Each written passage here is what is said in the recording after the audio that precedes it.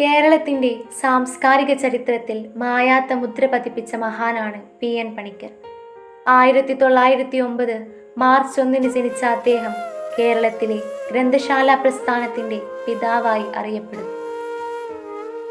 പുസ്തകങ്ങളിലൂടെ അറിവിൻ്റെ വെളിച്ചം ഓരോ വീട്ടിലേക്കും എത്തിക്കണമെന്ന സ്വപ്നവുമായി അദ്ദേഹം ജീവിതം സമർപ്പിച്ചു.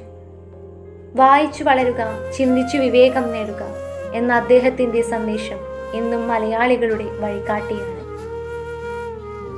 അദ്ദേഹത്തിൻ്റെ സ്മരണാർത്ഥമാണ് എല്ലാ വർഷവും ജൂൺ 19 നാം വായനാ ദിനം ആചരിക്കുന്നത്. ഈ ദിവസം ആരംഭിക്കുന്ന വായനാവാരം പുസ്തകങ്ങളോടുള്ള നമ്മുടെ സ്നേഹം പുതുക്കാനുള്ള അവസരമാണ്. ഒരു മനുഷ്യൻ്റെ സ്വപ്നം വായനയുടെ നാടാക്കി മാറ്റി. അതാണ് PN പണിക്കരുടെ മഹത്വം. പുസ്തകങ്ങൾ വായിക്കൂ, അറിവിൻ്റെ ലോകം സ്വന്തമാക്കൂ.